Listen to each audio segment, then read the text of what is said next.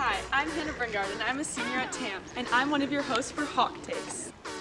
Hi, I'm Kayla Boone, a senior at TAM, and I'm your other host for Hawk Takes. Welcome to our first episode of the...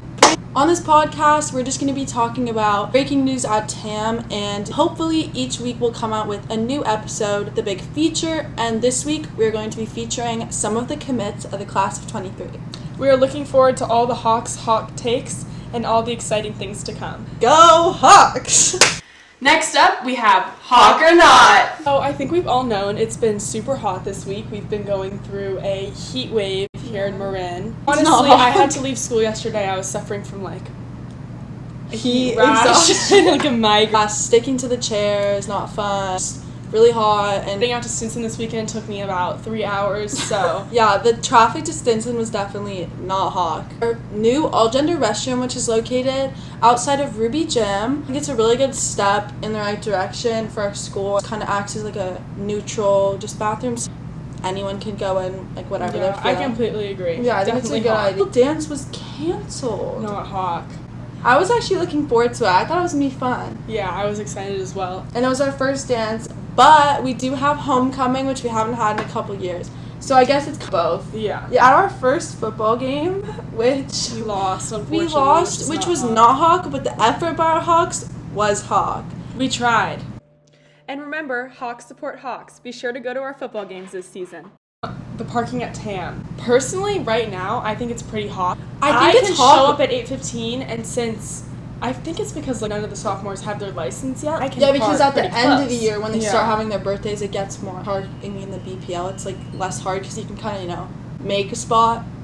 Shout out to bad parking at TAM High. On this episode, we are going to be taking on the current athletic commits of the class of 23 and talking to them a little bit about their experiences in the commitment process. Now it's time for the Hawk Takes Commit Edition. So here's our guest, Chris Travers. Hi. Do you want to tell us a little bit about yourself and where you're committed? I'm committed to Connecticut College for lacrosse. I've been playing since I've been a really young kid. Now that you committed, you kind of reached that goal. Yeah, I definitely took some time off after, hung out with my friends a little more, and school's a little easier now that I know I'm in college. So. Yeah. So you said you started playing when you were younger. Was that travel and your school? Yeah, I started travel a little later than a lot of kids. Some kids started in 6th grade going to the East Coast. I played since 2nd, and I started travel freshman year, which is definitely a little later. So a lot of the kids were already looking at coaches by the time I got into it, so it was a little harder for me. But, yeah. So did you have to kind of put in more work to reach where they were? Yeah, I didn't have many connections with all the coaches and stuff, so I had to kind of build my way up through teams locally and then more nationally. I was able to, my junior and sophomore year, I was able to kind of get to that national level and play on the East Coast. And did you talk to coaches yourself? Did you reach out to them, or were they already looking at you? Yeah, I mostly reached out to coaches myself. My travel coaches definitely helped a lot. They were able to kind of get me in the door with some of the bigger guys. I would say my sophomore year is when I talked to most of the coaches I got offers from. And coming into my junior year, I didn't talk to too many new coaches, a couple, but I found Connecticut was the best fit for me. Did you decide on Connecticut just lacrosse, or did you feel it was the best balance of academics? Yeah, I felt it was a really good balance. I was looking at another school that was a little bit better academically, but I didn't like the coach as much, and I felt that the people there wouldn't be as inviting to my personality, and I wouldn't have as much fun there. Yeah. So if I was to have a big career-ending injury, I'd still have fun at Connecticut. I'd still like my time there, get a good education. So I'm psyched on it. Yeah. What are you most looking forward to over the next 4 years at Connecticut College inside lacrosse and also just for college? Yeah, I'd say definitely the team. Smaller school, so most of your friends are going to be on the team, most other sports teams. So you I'm going to go to orientation and have 50 friends already, which is pretty cool. And I really like the coach. He's been coaching D1 for 20 or 30 years, so he knows what he's doing. I'm super excited for the coach and just to meet a lot of new people, and I've never lived in the East Coast before, so it'll be a completely different experience for me. Is it in Connecticut? It's in New London, Connecticut, which is, it's about an hour from Yale. Oh, nice. Thank you so much for coming on our podcast, and congrats on your commitment. Thank I hope you. It works out well for you. Here with our next guest. Would you like to introduce yourself? Hi, I'm Maddie Smith. I'm a senior at TAM. Tell us a bit about yourself and where you're committed. I'm committed to play Division I lacrosse at Northwestern University. What inspired you to play this sport? Definitely my older sister and my dad. My dad played at University of Virginia, so that was definitely a big inspiration for me. I was always really close to my sister, so I really wanted to play with her and play the same sports that she did. So your sister's also committed there as well, right? Yeah, she is a sophomore there this year. It's her second year, so I'll get to play with her for 2 years. Are you excited to be able to play on the same team as your sister? Yeah, we got really close during COVID because we'd just go to the field every day and play, so I'm definitely really excited.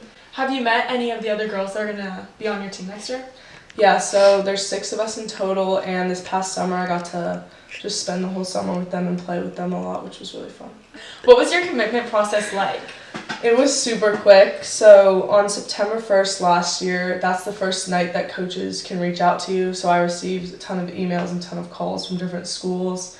I set up visits, and Northwestern was my first visit, and when I went there, I just knew that was the school for me, and it was a process that took less than 2 months. So you never really considered any of the other schools that reached out? I did consider them. I talked with them on the phone a lot, but just knowing my sister was at Northwestern really made it an easy decision for me. What advice would you give other Hawks that are looking to commit? I would say definitely take your time. It's a different process for everybody, but just keep going and just keep working and you'll find the right fit for you. What are you looking forward to most next year? I'm really looking forward to playing with my sister. I mean, I was without her for a whole year, which was definitely hard because we're super close. Northwestern's also a great school, and the city of Chicago is amazing, so I'm super excited to be there. Is there anything else you'd like to share with the Hawks? Go Hawks. Yes, Jake Miller, tell us a little bit about yourself. Drake, I'm committed for track and field at the University of Colorado Boulder. I do the decathlon, high jump, pole vault, and the hurdles. When did you know you were going to try to commit for the sport? Really didn't decide until middle last year. I kind of decided I didn't want to do track in college, and then after COVID, I was like, oh, I actually really do want to do this. Started pursuing it, and just decided I was going to reach out to some coaches, and it worked out. Were there any specific experiences or moments that made you really love the sport? I just really love the sense of competition, the most pure sense of competition. I feel like the sport just, everybody's very supportive of each other. It kind of makes me just love it. For the recruitment process, was most of it you had to do yourself? Yeah, I decided on Colorado. I thought that was going to be a really great school, and I reached out to the coach. He immediately got back to me and then set up a visit. A couple months later, I came for an official. So you weren't really looking at any other colleges too seriously? It was mainly Boulder? No, I checked out Colorado State and Western Colorado, which is D2. After touring the 3 of them, I decided Which division is Boulder in? it's D1. When did you originally start running track? I started track in 4th grade. I moved from Tahoe, and I saw a team working out at TAN. I was like, that looks really cool. I want to do that. And then went to the Junior Olympics my first year, and I was like, I really, really like this. I ran for Marin Waves. Really looking forward to just the more competitive side of it. And nationals, conference is in the Pac-12, so I'll be competing against some schools that I've really looked up to for a while. Thank you, Jake. You're welcome. Hola.